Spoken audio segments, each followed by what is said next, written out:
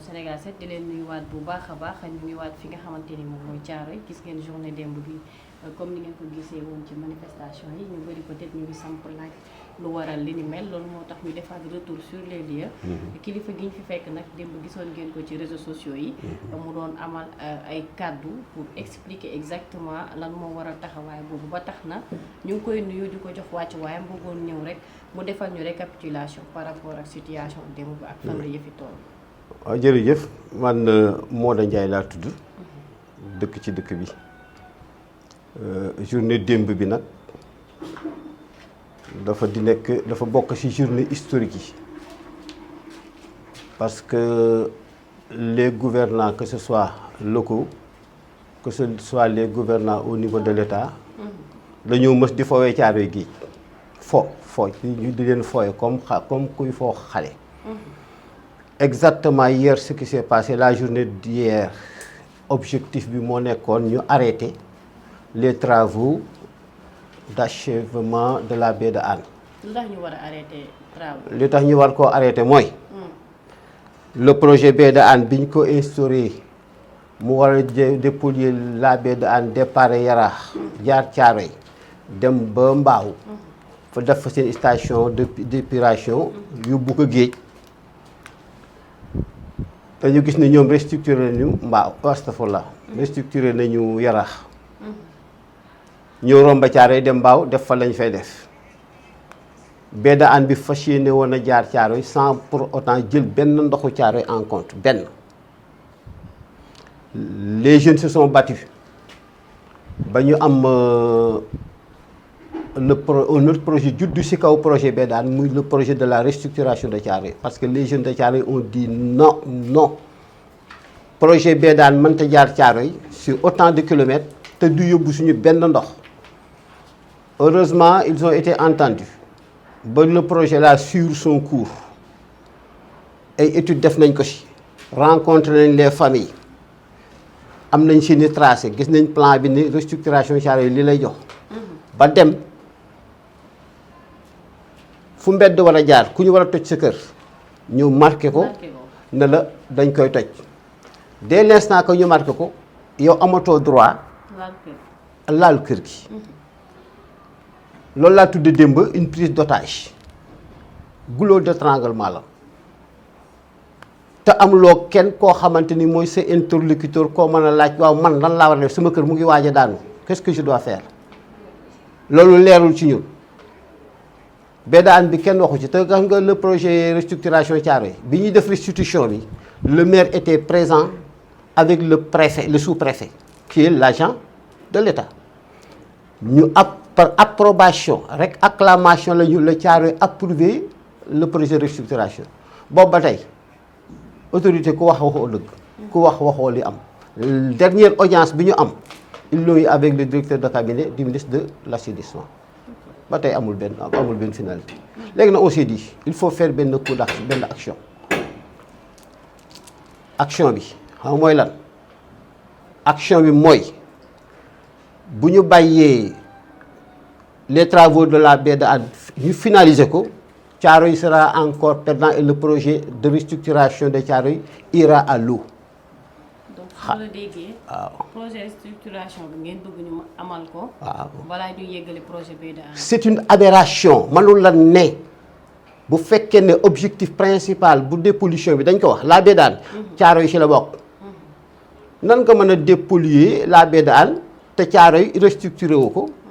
mënul la c'est une contradiction au départ 2012 laa leen commencé woon wax ne il faut un avenant au moins pour au moins avoir quelques mètres linéaires yoo xam ne dañuy collecter les eaux de Thiaroye dugal leen sur la baie amul ba tey dañ ñoo bëggoon nax la journée d'hier était une réussite totale les jeunes déterminés comme pas possible se sont levés pour dire non ñu arrêté travaux yi coup d'éclat bi foofu la nekkoon là ils ont détalé ñoom ñëpp dem nañu.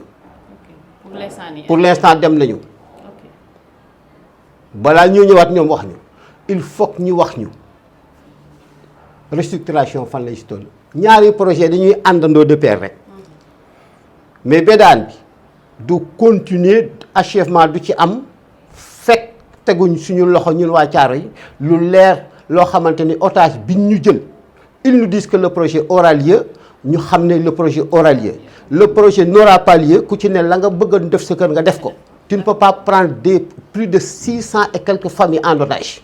D'accord alors démb dafa amoon lu ñu tegoon loxo. man ci laa bokk man mii lañ tegoon loxo. ok man lañ tegoon loxo ak Habib Soumaré mais bon tegoon ma loxo moo gënoon a yomb ci ñoom mais mu ëppoon danger. Et c'est pas la première fois. Moi, comme je vous ai dit, je suis un acteur politique qui me bat sur des principes et pour des principes.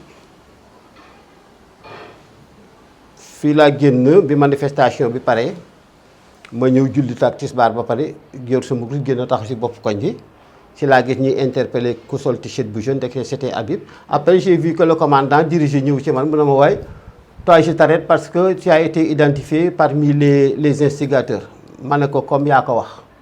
Je me soumets à votre volonté mu ne ma demal dugg sa oto ma dugg sa oto bi toog waaye bi ma dugg sa oto bi yëpp maa ngi naan ñaan yàlla parce que si la envoyé publication ne j'ai été arrêté. Et cette information xoolal jàll si réseau ba Thiaroye xale yi nga xam ne ñoo defoon manifestation bi. génnaat seeni kër ñëw taxaw. La gendarmerie amul woon beneen alternative. beneen alternative amuñu ko et je salue nag seen professionnalisme surtout bi ñu fekkee xale yi ci tali bi nga xam ne négocier nañu ak ñoom bañ dem le commandant bi ñëw waxuma le commandant de la brigade mais le commandant bi nga xam ne moo jógee LG je le rends hommage parce qu'il a été très intelligent il a travaillé avec les populations de manière intelligible looloo waral coow li fay parce que moom gis na xale yi génn te kii mu dugal ci oto bi bàyyi ko moo ëpp jàmm magi dëkk bi it génnoon nañu wax ci maa ngi toog fi ma toog di leen dégg ñu wax ak moom kon man mii lañ tegoon loxo. d'accord waaye moo gën a nekk moo gën a sedd. ñëw alors papa pour balaa ma lay bàyyi. fan la yëf yi jëm. fi mu jëm fenn démb dégg nañ leen ngeen di doo leen bàyyi. da ngeen di maintenir ba tey. mais kon du tax ñuy bàyyi parce que bàyyi mooy lan li ma la wax léegi ne la les deux projets iront de pair en phase finale. C'est-à-dire il faut que ñoom autorité et surtout j'interpelle le ministre de l'assainissement qui doit voir du côté de l'ONAS. J'ai toujours tendance à dire depuis 2012 j'avertis les populations, je vous avertis contre 3 personnes. En premier le directeur de l'ONAS. kan moo nekkoon directeur bi. n'importe quel directeur parce que ñoom xam nga lan mooy seen objectif. dinañu jéem a nax dans leur mission au niveau de leur service ba jàll le projet pour dire oui nous avons réalisé le projet La Bédane jéem a nax Thiaroye ils ne sont pas plus intelligents que nous. ma ne méfiez-vous du directeur général de l'ONAS bu yeboo mu tudd Modou Ndiaye ak lu mu mën a tudd. deuxième personne bi nga xam ne il faut se méfier d'elle mooy xam nga kan le ministre de l'assainissement. qu'il s'appelle je sais pas nu mu tudd wala kaneen ñoom ñëpp ñoo ci yem parce que c'est un projet de 124 milliards ku ci ne da nga bëgg ngaa bokk. dama bëgg xam projet bi kañ la commencé woon. projet bi day est-ce que projet bi ñi mu juddundoo léegi ñu war a takkee soxna. kon yàgg na. waaw yàgg na kañ lool lañ ko waroon mettre en exécution. ñun xam nga ñoom bi ñuy monter seen projet budget bi au départ nekkul loolu ñun mënuñoo xam seen timing. maanaam dama bëgg xam exactement ñan ñoo tënkoon projet bi à l'époque. C'est l'État, c'est au sommet de l'État. C'est l'AFD qui devait financer. D'accord. l'AFD ñoo ko financé état bi ñoom ñoo toog ne nañu def dépollution bi. du ñun waa Thiaroye ñoo ko demandé. mais nag du ñu utiliser suñu territoire communal sur 7 kilomètres du ñu yóbbu suñu ndox. action bi li muy continuer mooy leen arrêté nañ travaux yi.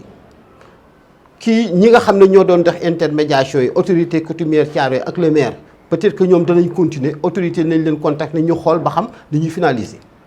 waaye dama ne ñoom bu ñu prêter le franc parce que hier ce qui s'est passé hier ça s'est fait maire bi xamu ko yëgu ko parce que nag mënu ko contrôler ñoom ñoo war a demaat rencontrer les autorités de l'État pour xool nan la ñuy nax bi ñu bëgg nag ñu teggee ko parce que duñ ko nangu. mais finalisation.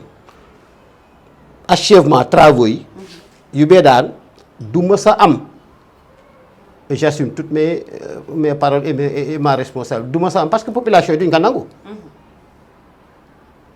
moom daal dañu doon wax ne projet bi restructuration Thiaroye amatul waaw bu ñu ko waxee ñu xam ne amatul mais di ñu ko naxee loolu moom jeex na. d'accord léegi kon su ma la déggee li ngeen di xaar mooy restructuration bi ñu amal ko buñ paree nag ñoom bu ñuy continuer seen projet.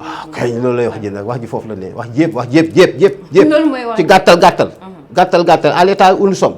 ils ont arrêté jël nañ seen i enchères dem nañu. ñi def parce que ñooñu entreprise yi dañu jël risque bi.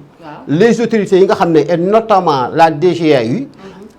ak l'ONAS nañu jël seeni responsabilité wax ak les autorités de Thiaroye yi nga xam ne ñoom lañ doon waxal démb ñoom lañ doon contacter ba xam nan la ñuy finaliser le projet de la restructuration de Thiaroye bu ñu ko deful les populations de Thiaroye ne se laisseront plus faire loolu leer na c'est évident et yàlla dinañ ci defal sutura bu ñu bëggee jàmm beneen bi nag côté politique la beneen bi c'est politique.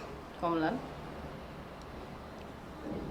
Thiaroye Macky Sall avait moo génn décret def ko zone d'utilité publique ba pare génn décret saisir des titres fonciers pour éventuellement les 200 et quelques familles qui seront impactées ñu recaser leen fa.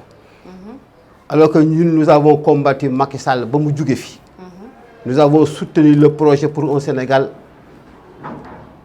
projet 2050. On est de Pastef. On n'ose pas espérer. On n'ose pas espérer ñi ma ñu ñëw toog di yaakaar ne Macky Sall ma la ñu xeexoon bërka démb. Que je nomme le pire des présidents du Sénégal, l'apprenti dictateur fait mieux que le président Diomaye. Aucun pouvoir nag de Senghor au président Diomaye n'a rien fait pour Thiaroye. Aucun projet structurant. Le projet de la restructuration de Thiaroye et sera le premier et le plus grand projet structurant pour nos populations. Macky Sall def na ci la on attend du président Diomaye et son premier ministre pour qu'il fasse mieux et pas moins que Macky Sall. Moyen mooy ñu annuler woon le projet mieux nag mooy ñu concrétiser ko lii daal moo ci politique. Thiaroye est une terre rebelle au plan politique. D'accord. C'est-à-dire qu'aucun parti au pouvoir mënul am naagu ne dinaa gagner élection yi Thiaroye. Ils n'ont qu'à demander aux partis socialistes en 1996. Ils n'ont pas demandé par exemple à l'APR pendant 12 ans ils n'ont jamais gagné l'élection. Et yaakaar ne Ousmane Sonko ak Diomaye mën nañ ñoo naxe projet du ñu gagner Thiaroye. On me dit de ne pas le dire mais je le dis. Je suis libre, libéré sur le ton et sur les croyances. lii mooy wax ci. Merci beaucoup Père. doy na jaajëfalaat kon ñu joxante dig daje ba fan yi. waaw baax na de façon. ñu topp yëf yi ba xam fan lay. waaw topp yëf yi jëlee sama numéro man daal xam naa ne li wér te wér mooy. après dinañ échanger contact. waaw li wér te wér mooy j'étais un lion qui s'est endormi mais pas à la Macky Sall quoi. Ok. Et on m'a réveillé, je suis un combattant né dans le sang. Et ma parole vaut quelque chose dans cette communauté. Oui, ma parole vaut quelque chose dans cette communauté. Les politiciens ñi fi nekk autorité administrative xam nga lu lañ seen problème. man te ne leen je ne veux pas être le maire de Thiaroye prenez ce que vous voulez mais cër bi maa ko moom quand je dis quelque chose ñëpp a topp ma. D'accord. Merci. yaa ngi fi woon démb. maa ngi fi woon kay. jaajëf kon tu as tout vu. Merci.